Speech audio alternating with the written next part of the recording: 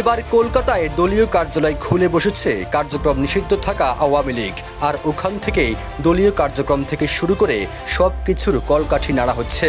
এখানে নিয়মিত বসেন আওয়ামী লীগ ও এর সহযোগী সংগঠনগুলোর শীর্ষ ও মধ্যম স্তরের নেতারা। এমন তথ্য ছড়িয়ে পড়লে নেটিজেনরা প্রশ্ন তুলেন, আওয়ামী লীগের দলীয় কার্যালয়টি উদ্বোধন করেছেন কে, শেখ হাসিনা নাকি ওবায়দুল কাদের?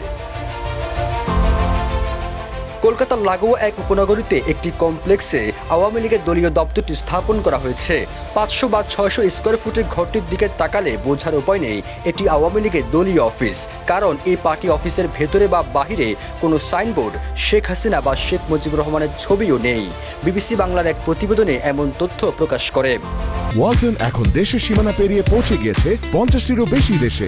ওয়ালটন, ঘরে ঘরে বিশ্বজুড়ে। প্রতিবেদনে আরো বলা হয়, কলকাতায় অবস্থানরত আওয়ামী লীগের এক নেতা জানান, আমরা চাইনি এই ঘরটার পরিচিতি প্রকাশ হোক। এমনকি একটা দলীয় দপ্তরে যেসব ফাইল থাকার কথা সেসবও এখানে রাখা হয়নি। তবে নিয়মিত দেখা সাক্ষাৎ ও বৈঠকের জন্য একটা ঘর দরকার ছিল, এটা পাওয়া গেছে।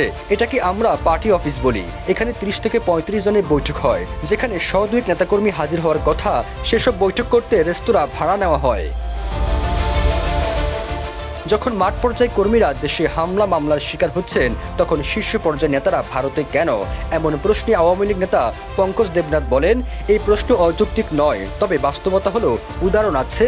নওয়াজ শরীফ, বেনজির ভুট্টো, তারেক রহমান, সবারই দল বিদেশ থেকে পরিচালিত হয়েছে বা হচ্ছে।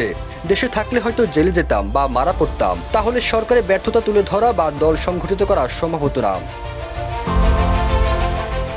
ভারতে অবস্থানরত নেতারা অর্থের যোগান কিভাবে মেটান? এমন প্রশ্নে ওবায়দুল কাদের বলেন, আগস্টের পর যে অন্ধকার নেমেছে তা অতিক্রম করা কঠিন। এই সময় দেশে বিদেশে থাকা নেতাকর্মীরাই সাহায্য করছেন। সবুজ আলম, নিউজ ডেস্ক, ইত্তেফাক।